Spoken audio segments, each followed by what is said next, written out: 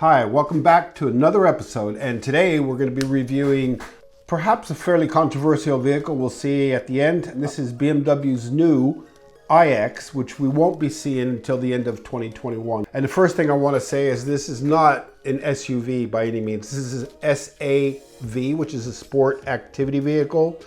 And being underneath the, let's call it the I brand of BMW, it's more about innovation and technology. So you may have seen one of my last episodes critiquing the design of the 4 Series. And again, not many people like the design. I certainly didn't. But maybe with this iX, they've been able to lead on from that design language and maybe matured it slightly, or been able to do things that make it a little bit more serious in the sense that it does perhaps tend to look more like a BMW. Not that BMWs are serious or too serious, but we want a BMW to look like a BMW. This is the length and the width of their X5. It's got the height of the X6, and the wheelbase is like an X7. So that's going to deliver a very good interior package for sure. A lot more room on the inside of this vehicle.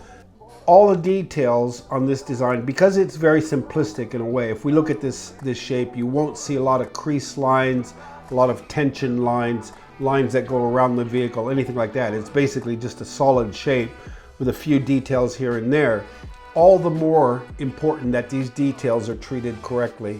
For example, from the front of this vehicle, we're seeing that large kidney grille, which is now morphing into one kidney, sort of Siamese twin kidneys, where they're joined in the middle. And that takes a little bit of getting used to, because for me, at least when I was designing BMWs, we kept them separate. We had one kidney here, one kidney there, split in the middle. It was a real distinctive grille. And I'm not too sure about that direction for BMW, because it goes away from that true unique identity that the original BMW grills had. So is this grille right for this car? So this BMW grille, which is not really a grille anymore, is more of what they call an intelligence panel with built-in sensors. It's got radars in it, it's got cameras in it. But just the fact that this grille is still too big for an SAV, a monolithic SAV as they call it, then that just justifies that it's much too big for a normal 4 Series sedan. So again, the proportions are just off, I would believe. But let's look at the rest of the front of the vehicle. Now the headlights are the slimmest BMW headlights that I've ever seen. I think they've never made any headlights that are actually slimmer than these. They've got high tech in them, of course, that eye blue signature that the new trend is for BMW with these type of vehicles. They've got a little bit of a squint to them, so it kind of makes it look a little bit suspicious maybe, or it's being suspicious of you. Then it gets busier. If you look down below there, depends on if we're looking at the sportier version or not, but both of them have this convoluted, complex surfacing down below. It doesn't have any lean to it. It looks like it's done that. Let's transition from that front to the side, because when you stand back and look at this car from the side, it's not moving. For me, that is not the right way to design a moving object. I would prefer the vehicle to look like it's ready to move, and this one doesn't really nail that. The absence of lines can almost turn a vehicle into something that is just static. And this car, I think, looks very static from the side view. So what BMW says about this vehicle is that they're thinking without boundaries. In other words, there are no limits to their design language when they're developing this vehicle. Well, they wanted a voluminous vehicle for sure, and they wanted it to look sculpted, as they say, and they wanted to have some minimalism yet detailed. So there's a kind of oxymoron going on with the design. So what they've tried to do is maximize the interior space on this vehicle. They've even gone to building, I think, or designing and developing the biggest glass roof ever in the history of BMW. I want to like this vehicle because I like the idea that they're actually pushing the limits of design, but it's almost a vehicle that's lost its soul. It's more like it's been designed by a product designer than by a transportation designer. What I mean is not to criticize the product designer, but products look like products. And cars look like cars. It's not the same profession. I know it's high tech, it's innovative, it's demonstrating a future direction for BMW, But at the same time, I think they have to pull the reins back a little bit. Remember what cars are all about, that we fall in love with vehicles. We have an emotional attachment to the vehicle. And with this, it's kind of falling in love with a refrigerator. And the iX almost feels like a third direction, because we know they did the i8, we know they did the i3. Those two cars aren't similar at all in their design language, yet they're both interesting. They're fresh, obviously.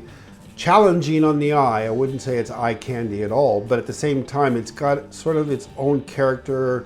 But the iX, I think, it's going to require going back to the drawing board for me to really want to like a car like this, because again, take away that grille, if that's what we want to call it, and I wouldn't know that this is a BMW. And another slight point that really irks me is the C-pillar on this vehicle. Now, again, they're trying to give it character. The Hofmeister Knick, the Hofmeister Kink, or whatever you want to call it, is very distinctive BMW. But the direction they're taking now, at least with the iX, is this split C-pillar where they actually separate it between the C-pillar coming downwards and landing on the body side.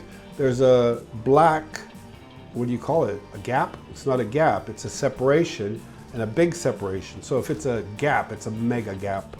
Whether or not that stands up strong enough to be a BMW, future BMW design trait for the iX, don't think so. Not my taste.